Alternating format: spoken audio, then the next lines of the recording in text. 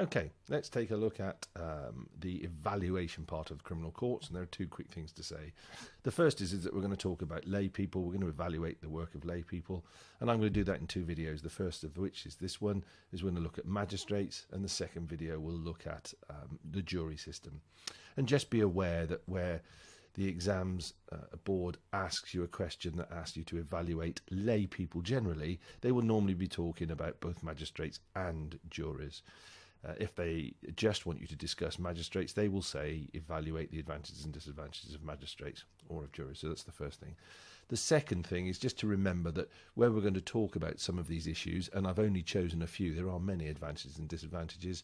It is true that for everyone there is a counter argument. So we may say that it's less expensive for a magistrate system, but at the same time you could argue that cost should be irrelevant in terms of maintaining a completely fair and impartial judicial system. So each of these areas has both advantages and disadvantages, I guess, is what I'm trying to say.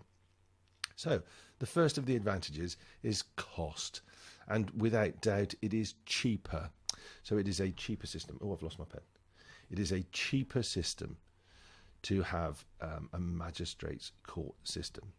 And the reason for that is if we were to flood the court system with the judges that we would require, and we'll look at that in advantage number 3, each one earning, let's say on average, around about £90,000 each, the cost to the taxpayer would be probably about in the region of £100 million. So the magistrates court saves us around about £100 million per year to run. That takes into account, of course, that we won't need a legal advisor. We won't need to pay a legal advisor, but we would still need some administrative support. So even with all that taken into account, you can see the fact that the magistrates court system saves a great deal of money per year to the taxpayer. The second advantage in the second area is the fact that magistrates have a lot of local knowledge. If you can imagine a witness giving evidence and talking around about a particular place or location, the magistrate would know exactly where that was. They would know what the lighting was, they would know what the visibility was, they would know the area well. And that's because magistrates are taken, magistrates tend to sit at the bench in the area in which they live. So local knowledge is key. That is further developed in some key statutes. So for instance, the Drugs Act 2005 allows for a certain amount of what's called trigger offence tests, which means that the police can stop somebody in committing one crime and carry out a search for drugs as a result of that stop. And that's location specific, and the magistrates are best placed to decide whether or not the police have acted under the Drugs Act 2005 far better than a jury or a judge might. And from that, we bring us to a bit of case law. We can illustrate that with a wee bit of case law. And here we see the case law, which is Paul versus the DPP, and that is 1989.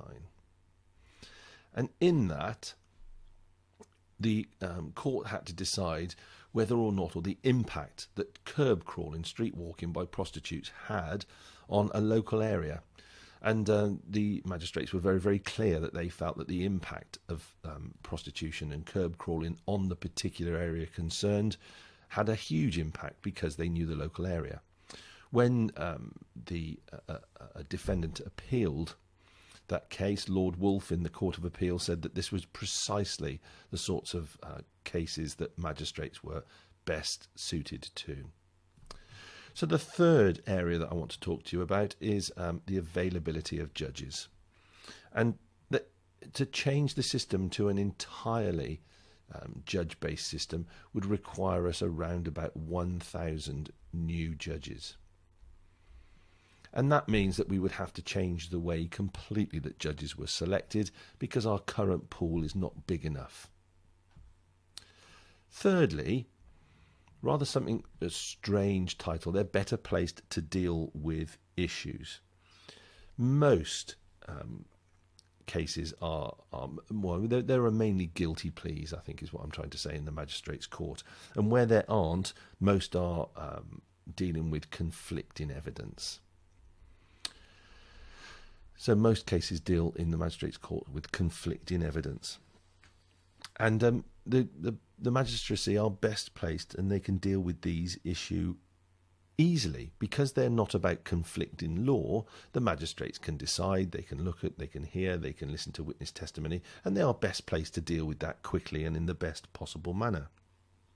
Similarly, so they provide a good cross section of society, particularly when one looks at the issues of race and gender. So they will know the nuances of that area on issues of race and gender, as well as being able to very quickly decide whether or not a defendant has a case to answer or not. And lastly, there's an issue of public confidence. The public generally tend to be very confident about its magistracy. They see it as a form of active citizenship, and we looked at that on the previous couple of videos when we talked about civic duty. And even so, the public are more confident in judges and they're more confident in jury trial. Recent surveys have suggested that the public don't want to see any changes in the magistracy. They don't want to see that changing or having less of an impact. So those key 5 areas, it's cheaper, it's less costly. There is local knowledge, and the impact of local knowledge is important. It means that we would need far more judges to change the system. Magistrates are better placed to deal with issues than perhaps judges are in certain cases. And generally there is a public confidence that means that the public would not want to see the magistrate system change overly. Tempered and balanced against that, of course, are the disadvantages of this type of system.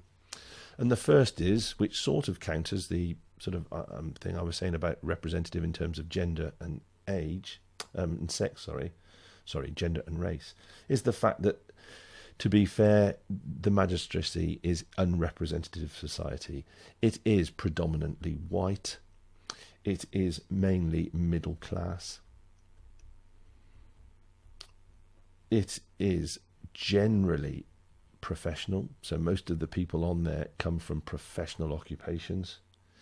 It is full of wealthy individuals, and most of whom are middle-aged. Now, when you think about that, there are only 5% of the magistracy that are under 40 years old. Okay, and most defendants in that system are under 25.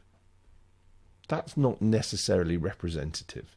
So we move away from this idea about people being understood by the people that are trying them. And the next thing to look at, although I will go back and say, in fairness, there is a level of racial representation. The numbers tend to suggest that we are more racially representative on our magistrative representation, more racially representative on our magistrate system. The next disadvantage is that there is some inconsistency. Even in neighbouring benches, there is some great inconsistency. And the courts tend to be inconsistent in 2 areas. The first is on sentence, and the second is issues on bail. And just to give you some idea how unrepresentative, inconsistent that they are, if you look at the regional custody, so people that were put in prison for ABH, okay, in 2005, in Bristol, that figure was 26%. Yet in Devon, not very far away, that figure was only 14%. So you can see immediately that different magistrates in different areas are inclined to deal with people in a different way. So if you're an individual and you were up in front of the bench in Bristol, you would be far more likely to end up going to prison than you would if you were in Devon. And that can't be fair, because you should receive a trial that's fair in terms of its sentence, no matter where you are. The next is that judges tend to be slightly case-hardened and biased. What does that mean? Well, it means that, let's just imagine that if you're a magistrate, you might be hearing 30 TV evasion cases per morning. So let's just say you hear 30 TV cases per morning. By the time that the 29th comes along, do you think that you are going to listen fairly? And the answer is probably going to be no. The other thing is that they will see in those 30 perhaps the same policeman 4 or 5 times. And certainly over the course of a year, they will become very familiar with the same police officers or the same specialists that come and give them evidence. And very often what does that mean is that the magistracy tends to believe the police.